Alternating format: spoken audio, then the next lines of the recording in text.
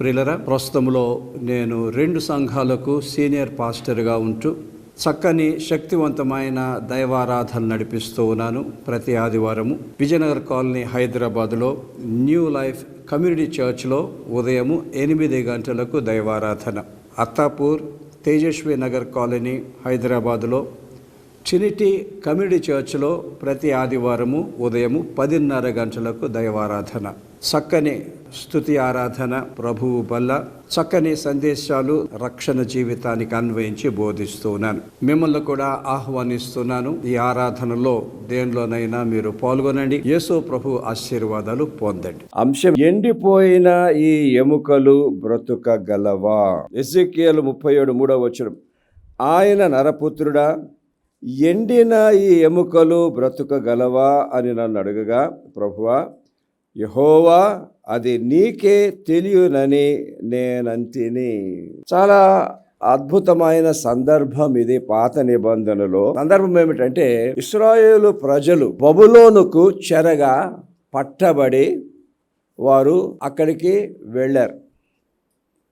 అక్కడ భయంకరమైన బానిసత్వములో వారు ఉన్నారు. ఒకవైపేమో బబులోను రాజు ద్వారా, పరిస్థితుల ద్వారా వారు బానిసత్వములో ఉన్నారు, బాధలో ఉన్నారు, దుఃఖములో ఉన్నారు. అంతేకాకుండా యెహోవా దేవుని మర్చిపోయి భయంకరమైన విగ్రహారాధనలోకి వెళ్ళిపోయారు. ఆధ్యాత్మికంగా సంపూర్ణముగా పతనం అయిపోయారు. వారి పరిస్థితి ఎలాగా తయారయ్యిందో ఆ ఎజెకియేలు 37 మొదటి 2 వచనాల్లో దేవుని వాక్యం వర్ణిస్తుంది. వినండి.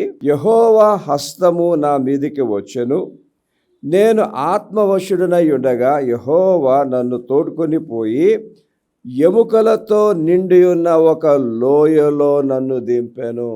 ఇదొక దర్శనం ఎజెకియేలుకు వచ్చింది. యెహోవా దేవుడు ఒక లోయ చూపించాడు. ఆ లోయలో అన్ని ఎముకలే. ఇది ఇశ్రాయేలు ప్రజలను సూచిస్తుంది. ఎముకలు వారి జీవితాలు ఎలాగున్నాయండి? ఒక లోయలోకి వెళ్ళిపోయాయి, ఒక అంధకారంలోనికి వెళ్ళిపోయాయి. అక్కడ వారు ఎలా తయారంటే ఎముకల వలె. అస్థిపంజరాలుగా ఉంటే బాగానే ఉండేది, అవి కూడా విడిపోయాయి. ఎక్కడ పడితే అక్కడ ఎముకలు స్కాటర్ అయిపోయాయి అన్నమాట. అంతేకాకుండా ఆయన వాటి మధ్య నన్ను ఇటు అటు నడిపించగా ఎముకలు అనేకములు ఆ లోయలో కనబడి అవి కేవలము ఎండిపోయినవి, డ్రైడ్ అవుట్. ఇశ్రాయేలు ప్రజలు అన్ని రంగాల్లో మానసికంగా, ఆధ్యాత్మికంగా, శారీరకంగా ఎండిపోయిన పరిస్థితిలో ఉన్నారు. ఇంకొక మాట 12వ వచనంలో ఉంది చూడండి. ప్రభువు యెహోవా సెలవిచ్చినదేమనగా, నా ప్రజలారా, మీరున్న సమాధులను నేను తెరిచెదను, సమాధుల్లో నుండి మిమ్మల్ని బయటికి రప్పించి. వారి జీవితాలు ఎలా తయారండి? సమాధుల్లాగా తయారయ్యాయి. No life at all. వారి మానసిక లైఫ్ అన్నా, శారీరక లైఫ్ అన్నా, ఆధ్యాత్మిక లైఫ్ అన్నా. ప్రియులారా, మరి ఈ స్థితిలో ఇశ్రాయేలు ప్రజలు ఉంటూ ఉండగా దేవుడైన యెహోవా వారిని అక్కడ దర్శించి, మరి వారి జీవితాల్లో ఎన్నో అద్భుతమైన కార్యాలు యెహోవా దేవుడు చేసి ఆ ఎండిపోయిన స్థితిలో వారుంటూ ఉండగా, సమాధుల్లాగా వారు తయారై ఉంటూ ఉండగా యెహోవా దేవుడు వారిని దర్శించి మరలా వారందరినీ కూడా సజీవులుగా లేపాడు. అద్భుతముగా వారికి పునర్జీవాన్ని ఇచ్చాడు. మళ్ళా ఇశ్రాయేలు దేశానికి తీసుకొని వచ్చి అక్కడ వారిని అద్భుతముగా ఆశీర్వదించాడు. చూడండి, ఎజెకియేలు 36:8-9 వచనాలు మనం చూస్తే, ఇశ్రాయేలు పర్వతములారా, ఇక కొంతకాలమునకు ఇశ్రాయేలుగు నా జనులు వచ్చెదరు. మీరు చిగురు పెట్టి వారి కొరకు మీ భూములు ఫలించుదురు.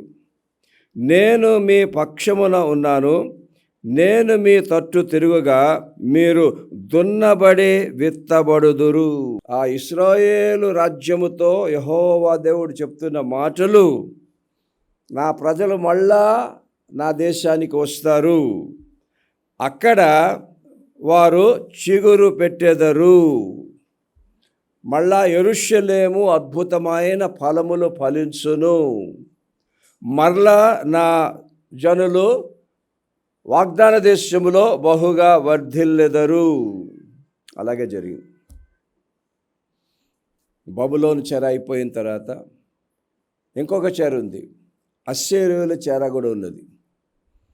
వాళ్ళందరినీ కూడా మళ్ళా యెహోవా దేవుడు వాగ్దాన దేశానికి తీసుకొచ్చి అక్కడ ఒక జనాంగముగా ఆశీర్వదించి స్థిరపరిచి, ఈరోజు మనం ఇశ్రాయేల్ దేశం చూస్తే ప్రియులరా సస్యశ్యామలం. అయితే ఈ రకంగా ఇశ్రాయేలు ప్రజలు ఉంటూ ఉండగా, ఎండిపోయిన స్థితిలో ఉంటూ ఉండగా యెహోవా దేవుడు గొప్ప కార్యం చేశాడు. 37, 4, 5, 6 వచనాలు మనం చదివితే అక్కడేముందో చూడండి. ప్రవచనమెత్తి ఎండిపోయిన ఈ ఎముకలతో ఇట్లనము, ఎండిపోయిన ఎముకలారా యెహోవా మాట ఆలకించుడే. అక్కడి నుంచే రావాలి రివైవల్ అంతా.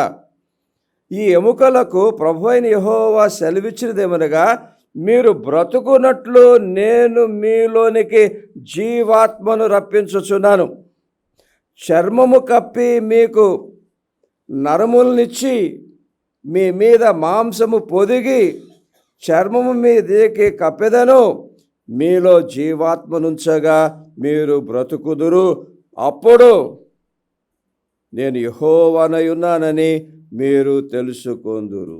ఎంత గొప్ప ఆశీర్వాదం అండి. అప్పట్లో జీవాత్మ అంటే పరిశుద్ధాత్మ దేవుడు. పాత నిబంధన అంతా కూడా ఇశ్రాయేలు ప్రజల్లో పరిశుద్ధాత్మ దేవుడు శాశ్వతంగా జీవించడానికి రాలేదు. ఆయా స్థలాల్లో పరిశుద్ధాత్మ దేవుడు వచ్చి తన కార్యాన్ని చేసి జీవింపచేసి మళ్ళా వారిని ముందుకు నడిపించేవాడు. ఇదన్నమాట యెహోవా దేవుడు అంటున్నాడు. నేను మరల నా పరిశుద్ధాత్మను మీలోనికి విడుదల చేసి, ఓ ఎండిపోయిన ఓ ఇశ్రాయేలు ప్రజల్లారా, నేను మరలా మీ ఎముకలకు మాంసాన్ని పూడ్చి నరములను పూడ్చి మరల మిమ్మలను బ్రతికించి ఒక మహాజనాంగముగా నేను చేసేదను.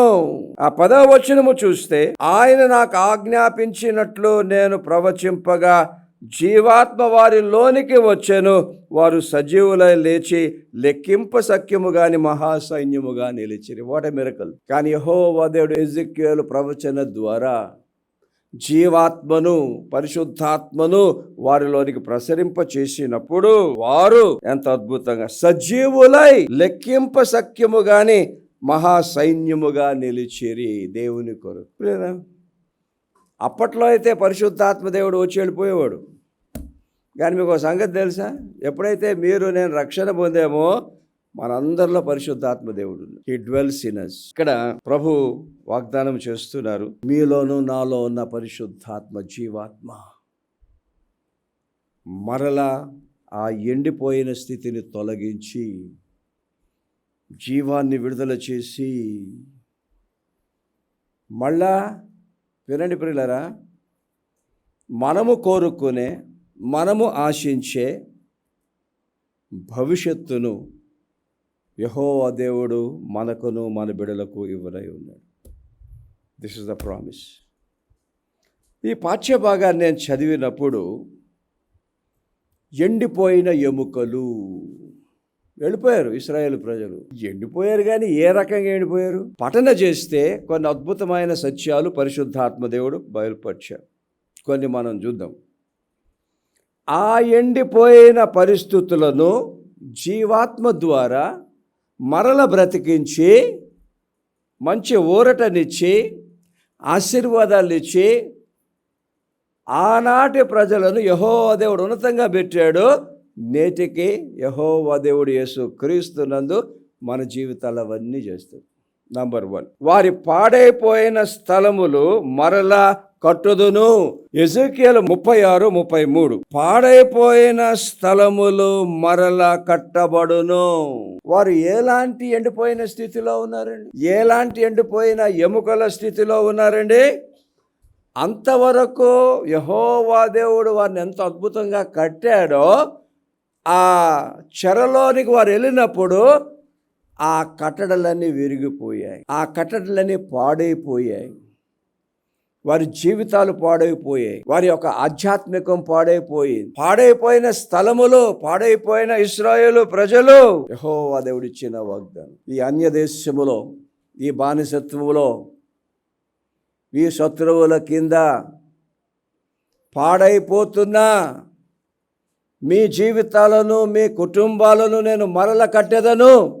What a wonderful promise, what a wonderful promise. ఏ రకంగా పాడైపోయాయి అనుసారముగా చూడండి, 36వ అధ్యాయం 3వ వచనం. ప్రవచనమెత్తి ఈలాగు ప్రవచింపుము, ప్రభువుకు యెహోవా సెలవిచ్చినదేమనగా, శేషించిన అన్యజనులకు మీరు స్వాధీనమగునట్లుగాను.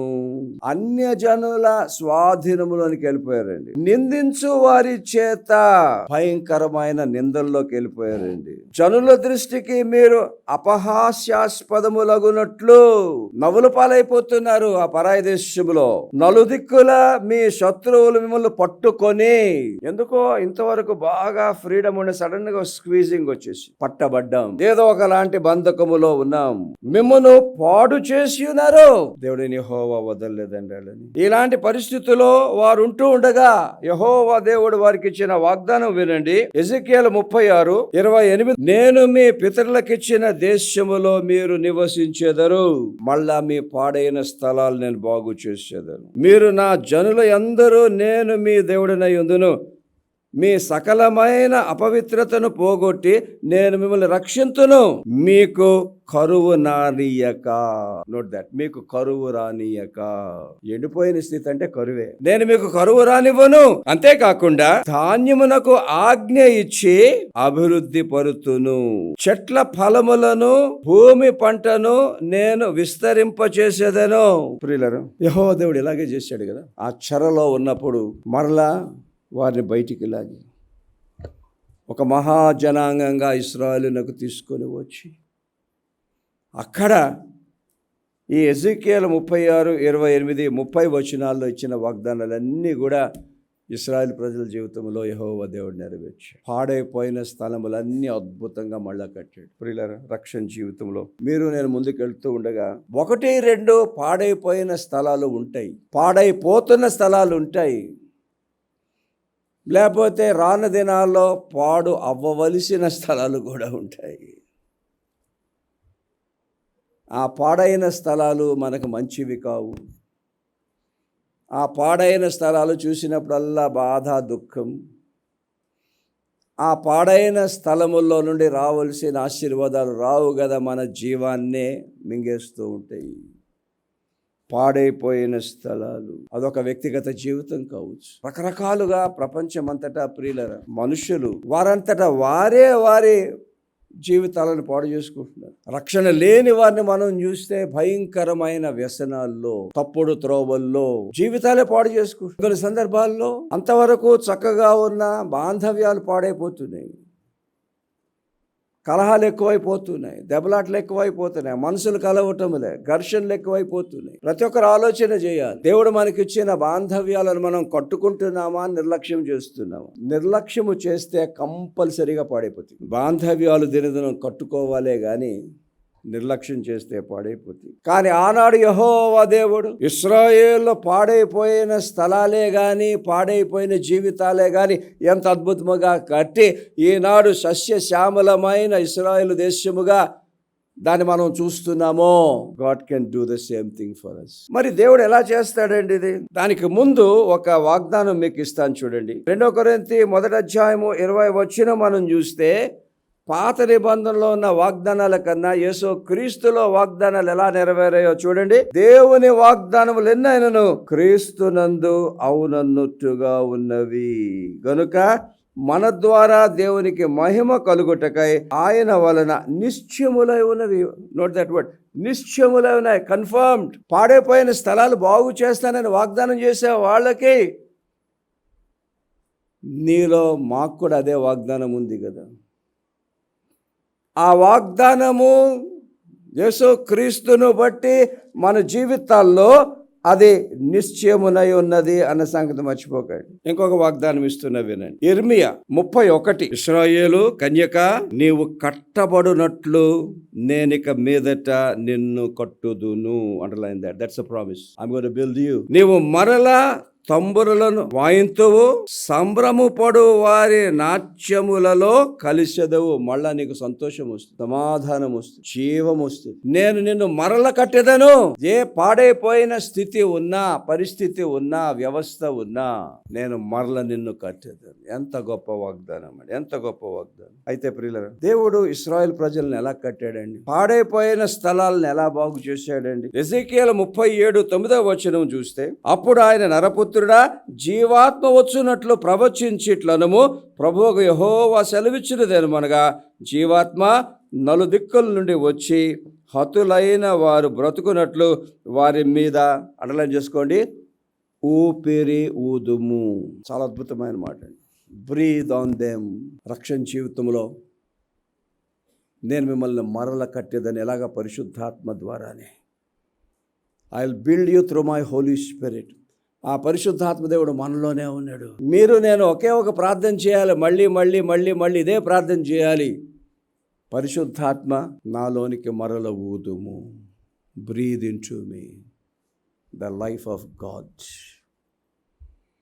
The power of God, the grace of God, the mercy of God నాలోనికి నువ్వు. నంబర్ 2, నిర్జనముగా ఉన్న భూమి సేద్యము చేయబడును. ఎజెకీయలు 36:35, పాడైన భూమి ఏదెను వలె ఆయననియు, పాడుగాను నిర్జనముగానున్న ఈ పట్టణములు నివాసులతో నిండి ప్రాకారములు గల వాయననియు జనులు చెప్పుదురు. ఇది ప్రవచనం. ఈ ప్రవచనము 36లో ఉన్నది. 36లో ఉన్న ఈ ప్రవచనము ఎజెకీయలు 37లో నెరవేర్చాడు యెహోవా దేవుడు.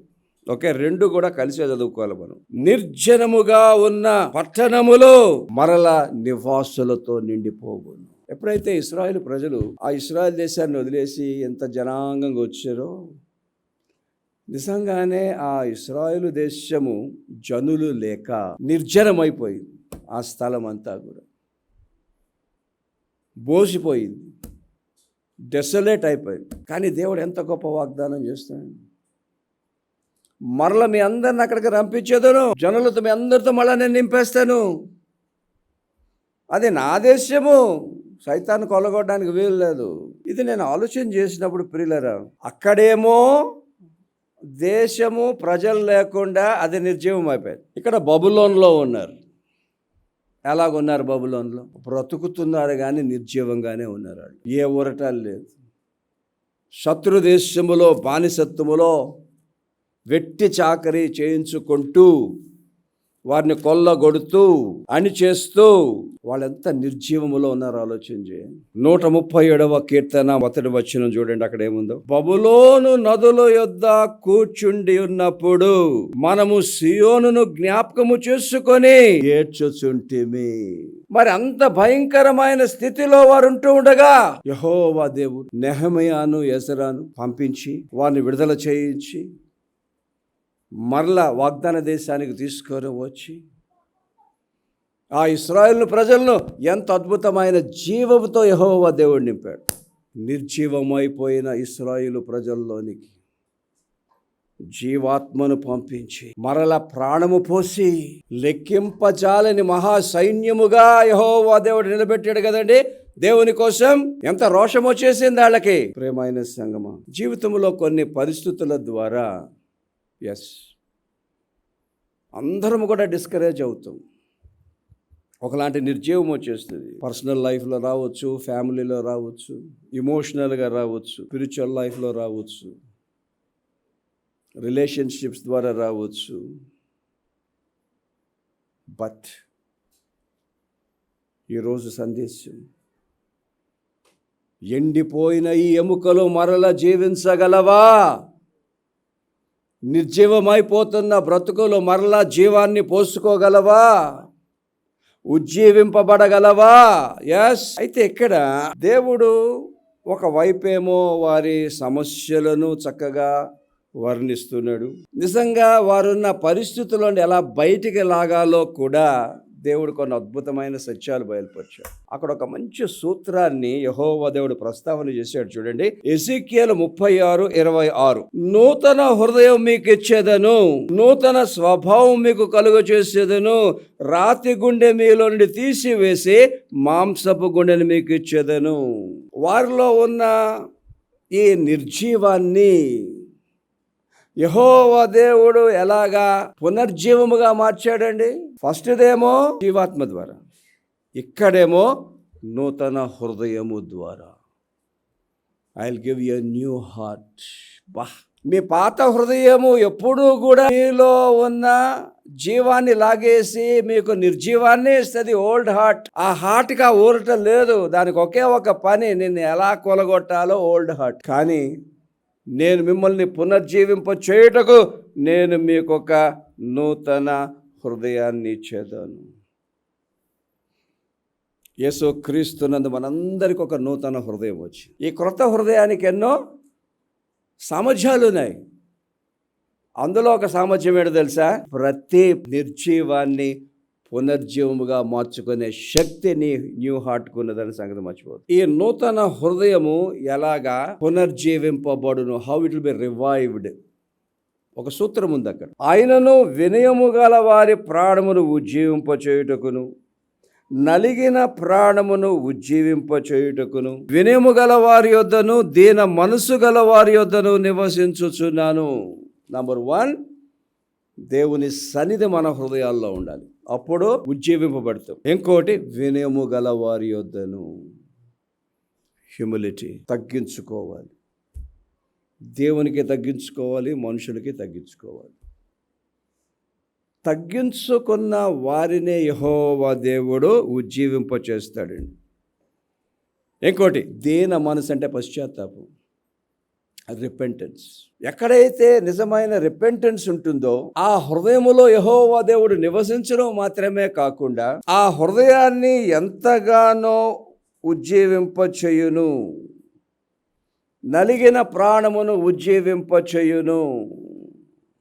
వండర్ఫుల్. ఇక చివరిగా, ఆ ఇశ్రాయేలు ప్రజలు ఎలాంటి ఎండిపోయిన స్థితిలో ఉన్నారు, యెహోవా దేవుడు వారిని మళ్ళా ఎలా బ్రతికించాడంటే, 3వది కూడా రాసుకోండి మీరు. మునపటి కంటే అధికమైన మేలు మీకు కలుగ చేసేదను.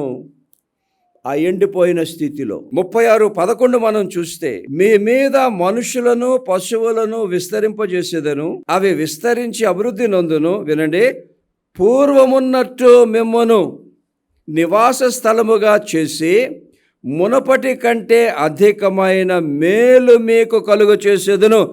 అప్పుడు నేను యెహోవానని ఉన్నానని మీరు తెలుసుకొందురు. అండర్లైన్ చేసుకోండి, మునపటి కంటే అధికమైన మేలు. ప్రియులారా, రక్షణ జీవితంలో నథింగ్ ఈజ్ లాస్ట్.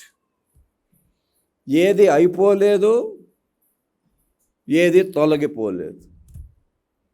యేసు క్రీస్తునందు మునపటి కంటే గొప్ప మేలు మీకు చేసేదను.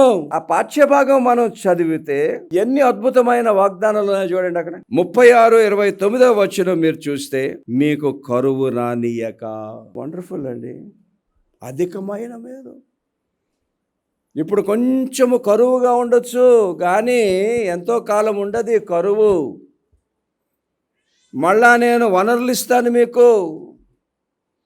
ఏ రంగములో, ఏ విషయంలో ఏ కరువు ఉన్నా కూడా నేను తీసేస్తాను.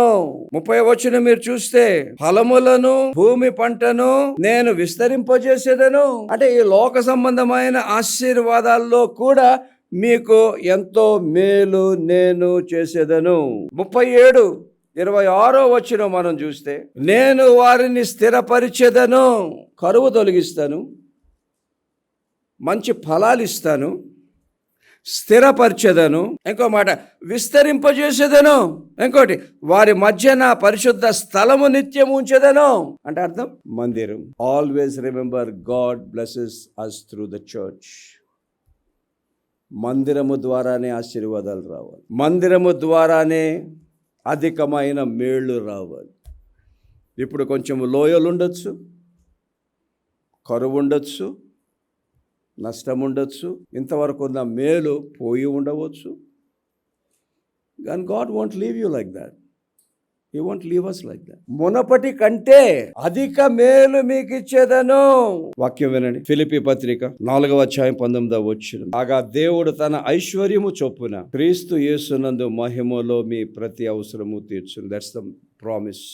దేవునిలో ఎంతో ఐశ్వర్యం ఉంది, ఎంతో హెచ్చింపు ఉంది, ఇంకా ఎంతో మేలు దాగు. అవన్నీ కూడా యేసు క్రీస్తు ద్వారా దేవుడు మీకు నాకు అనుగ్రహించలేనాడు. అయితే చివరిగా ఈ రకంగా అధికమైన మేలు నేను పొందాలంటే కూడా అక్కడ యెహోవా దేవుడు ఒక సూచన ఇచ్చాడండి. ఆ సూచన ఇస్తాను ఎప్పుడు కూడా నేను. 37వ అధ్యాయము 26వ వచనం. రాను దినాల్లో బహుగా హెచ్చింపబడుటకు అధికమైన మేలు పొందుటకు నేను వారితో సమాధానార్థమైన నిబంధన చేసేదను. The covenant of peace, the covenant of reconciliation. ఇక్కడ యెహోవా దేవుడు అంటున్నాడు, ఓ ఇశ్రాయేలు ప్రజలారా, ఎండిపోయిన మీ పరిస్థితులన్నీ కూడా నేను రివర్స్ చేసేసి ఉన్నతంగా పెడేస్తాను మిమ్మల్ని. కానీ మీరు నాతో సమాధాన పడాలి. వాళ్ళు అలాగే వచ్చారు, రికన్సైల్ అయినందుకే ఆ ఎండిన ఎముకలన్నీ కూడా మరల జీవం పోసుకొని మహాసైన్యముగా ముందుకు సాగి. నిలబడండి, ప్రార్థన చేసుకుందాం. సర్వోన్నతుడా, సర్వాధికారి, త్రియేక యెహోవా దేవాన్ని గొప్ప నామాన్ని స్తుతిస్తుంది. ఇదిగో నీ బిడ్డలందరి కొరకాయ నీ దాసుని నేను ప్రార్థన చేస్తున్నాను ప్రభువా. తండ్రి, మరి వారి జీవితంలో పాడైపోయిన స్థలాలను నీవు కడతానని వాగ్దానం చేసావయ్యా. ఈ క్షణమే పరిశుద్ధాత్మ దేవా, ప్రతి ఒక్కరిలోనికి నీ ఊపిరి ఊది ప్రతి ఒక్కరిని నైనా నీవు దర్శించి ఏ వ్యవస్థలు పాడైపోయినవో అవి బాగు చేయమని ప్రార్థన చేస్తున్నాం ప్రభు. సంపూర్ణముగా బాగు చేయండి తండ్రి. ఏ గుండెలో ఏ నిర్జీవం ఉన్నదో, ఏ బాధ ఉన్నదో, ఏ దుఃఖం ఉన్నదో, ఏ నిరుత్సాహం ఉన్నదో అన్ని ఎరిగిన మా గొప్ప దేవుడవయ్యా. పరమ తండ్రి, మాకంటూ ఒక నూతన హృదయాన్ని ఇచ్చావు, నీకు స్తోత్రములు ప్రభు. శిలువ రక్తములో కడగండి. మేము దేహి అంటూ నీ సన్నిధికి వస్తుండగా మమ్మల్ని అంగీకరించండి అయ్యా. మమ్మల్ని నీకే సమర్పించుకుంటూ యేసు ప్రభు నామములో ప్రార్థన చేస్తున్నాము తండ్రి, ఆమేన్. ఒక ప్రాముఖ్యమైన వీడియో మీకు చూపిస్తున్నాను ప్రియులారా. మా పరిచర్య అంతటిని చిత్రీకరించి మీ ముందు పెట్టే ఒక చక్కని వీడియో. ఈ పరిచర్యలో ప్రస్తుతము మేము కొన్ని ప్రాముఖ్యమైన సేవలు కొనసాగిస్తూ ఉన్నాం. అందులో ఒకటి టీవీ పరిచర్య. ప్రతి వారము 5 భాషల్లో, ఇంగ్లీష్, తెలుగు, మలయాళం, హిందీ అండ్ తమిళ్ భాషలో 30 లక్షల మందికి మించి వాక్యాన్ని, యేసు ప్రభు రక్షణ సువార్తను అందిస్తూ ఉన్నాం. అలాగే నేను వ్యక్తిగతంగా ఒక సువార్థికునిగా, ప్రసంగికునిగా ఎన్నో స్థలాలకు వెళ్ళి యేసు ప్రభు రక్షణ సువార్తను, విశ్వాసులకు ఖచ్చితమైన బలమైన వాక్యాన్ని బోధిస్తూ వారిని ఆధ్యాత్మికంగా బలపరుస్తూ ఉన్నాను. ఎమరీ మిషన్ హాస్పిటల్ ద్వారా ఎంతోమంది పేద ప్రజలకు నాణ్యవంతమైన వైద్య సేవలు కూడా అందిస్తూ ఉన్నాం. ఎన్నో ఆపరేషన్స్ చేస్తూ ఉన్నాం. అలాగే ప్రియులరా, ప్రతి సంవత్సరము 2 సార్లు 130 మంది పాస్టర్లను అనేక సంఘాల నుండి పిలిచి వారికి రానుబోను ఖర్చులు ఇచ్చి 4 రోజులు ఉచితంగా భోజన వసతులు కల్పించి ఒక మంచి సబ్జెక్ట్ మీద వాక్యాన్ని బోధించి వెళ్ళేటప్పుడు ఒక సర్టిఫికెట్, ఒక పుస్తకము, ఒక జత కొత్త బట్టలు కూడా పెట్టడం జరుగుతూ ఉన్నది. అలాగే ప్రియులరా, 3 సంఘాలను ప్రభువు మాకిచ్చారు. ఈ 3 సంఘాల్లో విశ్వాసులు ఆధ్యాత్మికంగా ఎదుగుతున్నారు. రక్షణ లేని వారు రక్షణలోనికి వస్తూ ఉన్నారు. అలాగే ప్రతి నెల కూడా ఎన్నో కుటుంబాలకు ఉచితముగా మేము బియ్యము, పప్పులు, ఇతర వస్తువులు అందిస్తూ ఉన్నాం. కాపరి మాస పత్రిక అద్భుతంగా కొనసాగుతుంది. ఈ పరిచర్లన్నిటి కొరకు మీరు ప్రార్థన చేయండి, మాతో చేతులు కలపండి. మరి ఈ సేవంతటిని వర్ణించే మా సమాచార లేఖ మీకు కావాలంటే ఇక్కడ వస్తున్న వాట్సాప్ నంబరుకు మీ అడ్రస్ వెంటనే పంపించండి. నేను ఈ సమాచార లేఖ మీకు పంపిస్తాను.